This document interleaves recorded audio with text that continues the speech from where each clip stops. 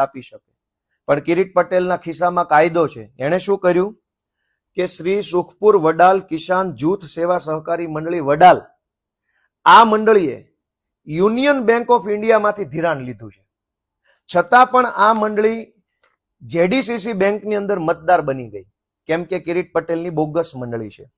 શ્રી સૌરાષ્ટ્ર કૃષિ સેવા સહકારી મંડળી વડાલ, આ મંડળીએ પણ યુનિયન બેંક ઓફ ઇન્ડિયામાંથી ધિરાણ મેળવ્યું છે, છતાં પણ આ મંડળી જેડીસીસી બેંકની મતદાર બની ગઈ. શ્રી ગલિયાવાડા કૃષિ સેવા સહકારી મંડળી, આ મંડળીએ પણ જેડીસી બેંકમાંથી નહીં, Union Bank of India Junagadh શાખામાંથી ધિરાણ મેળવ્યું છે, છતાં પણ આ મંડળી બેંકની મતદાર બની ગઈ. શ્રી ખેડૂત સેવા સહકારી મંડળી માખિયાળા, આ મંડળી પણ જુનાગઢ યુનિયન બેંકમાંથી ધિરાણ મેળવ્યું હોવા છતાંય બેંકની સભાસદ બની ગઈ, બેંકની મતદાર બની ગઈ છે.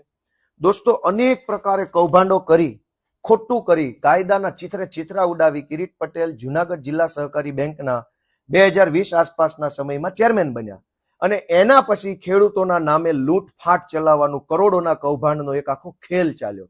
હવે ખેલ બતાવું કે આ મારા હાથમાં તાલાળા તાલુકાની એફઆઈઆર છે. તાલાળા પોલીસ સ્ટેશનમાં વાડલા ગામની અંદર સહકારી મંડળીમાં જે કૌભાંડ થયું એની એફઆઈઆર ની કોપી મારી પાસે છે.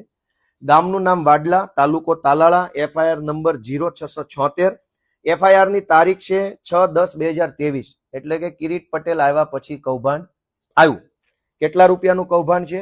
1,86,00,000 રૂપિયાનું કૌભાંડ માત્ર એક નાના એવા વાડલા ગામમાં થઈ ગયું. આ વાડલા ગામનું કૌભાંડ છે, આની હું ડિટેલમાં પછીથી વાત કરીશ. આ બીજી મારી પાસે એફઆઈઆર છે. આ એફઆઈઆર ભેસાણ પોલીસ સ્ટેશનના વાંદરવડ ગામની એફઆઈઆર છે, જે 2023 ની એફઆઈઆર છે. આ એફઆઈઆર માં ઉલ્લેખ પ્રમાણે 6,56,00,000 રૂપિયાનું કૌભાંડ થયું છે વાંદરવડ ગામમાંથી. આ ત્રીજી મારી પાસે એફઆઈઆર છે ભેસાણ પોલીસ સ્ટેશનના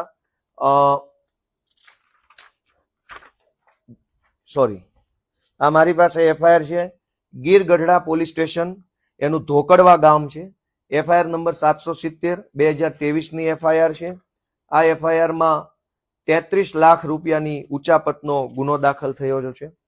આ મારી પાસે ગીર ગઢડાની બીજી એફઆઈઆર છે, જેમાં કૈલાવડ ગામની એફઆઈઆર છે. 653 નંબરની એફઆઈઆર 2023 માં થઈ છે.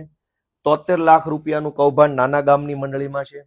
આ મારી પાસે માળિયા હાટીના તાલુકો છે, એની 459 નંબરની એફઆઈઆર છે, 2021 ની એફઆઈઆર છે. ભંડુરી ગામની સહકારી મંડળીની અંદર 1,60,00,000 રૂપિયાના કૌભાંડની આ એફઆઈઆર છે. આ મારી પાસે વંથલી તાલુકાની વંથલીના